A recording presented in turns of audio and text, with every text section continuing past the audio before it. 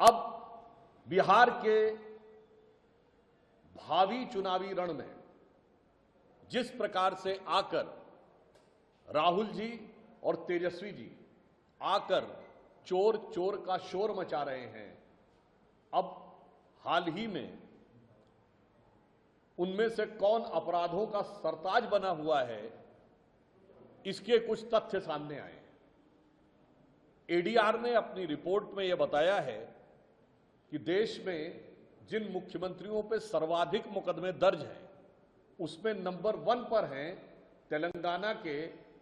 श्री रेवंत रेड्डी, संभवतः उन पे 89 दर्ज है।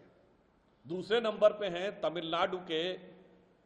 श्री एमके स्टालिन, उन पे संभवतः 47 दर्ज है। अब मैं उनसे पूछना चाहता हूं,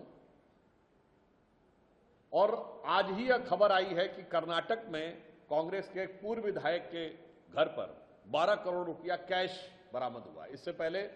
झारखंड में तो 300 करोड़ से अधिक प्राप्त हो चुका है। पश्चिम बंगाल में मंत्री के निकट सहयोगी के घर से प्राप्त हो चुका है। अब यह साफ दिखाई पड़ता है कि भ्रष्टाचारियों को बचाने की छटपटाहट क्यों नजर आती है। अब मैं पूछना चाहता हूं राहुल गांधी जी से और तेजस्वी यादव जी से कि ये वही रेवंत रेड्डी जी हैं जिनकी बाइट अवेलेबल है, जिन्होंने कहा था कि बिहार का डीएनए इंफीरियर होता है, और उसके बाद उन्हीं के ऊपर सबसे ज्यादा मुकदमे हैं। इसके बाद भी आपकी इतनी मोहब्बत उन लोगों से क्यों है?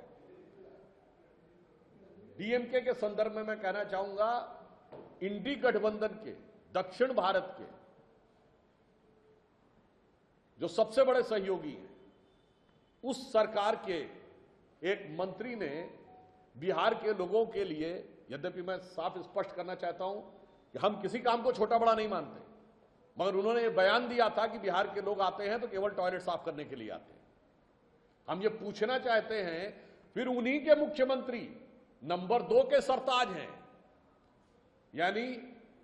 एक नंबर 1 पे है और एक नंबर 2 पे है, और दोनों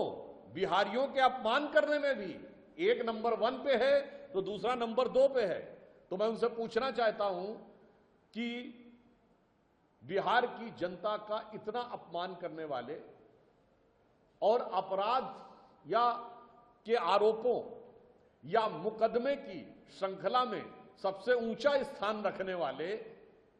इन मुख्यमंत्रियों और सहयोगी दलों से इंडी गठबंधन और राहुल जी और तेजस्वी यादव जी के मुंह से एक शब्द क्यों नहीं निकल रहा है? या उन्हें ऐसा प्रतीत होता है कि खानकाह मस्जिद में जाकर जो दामने रहमत उन्हें मिली है,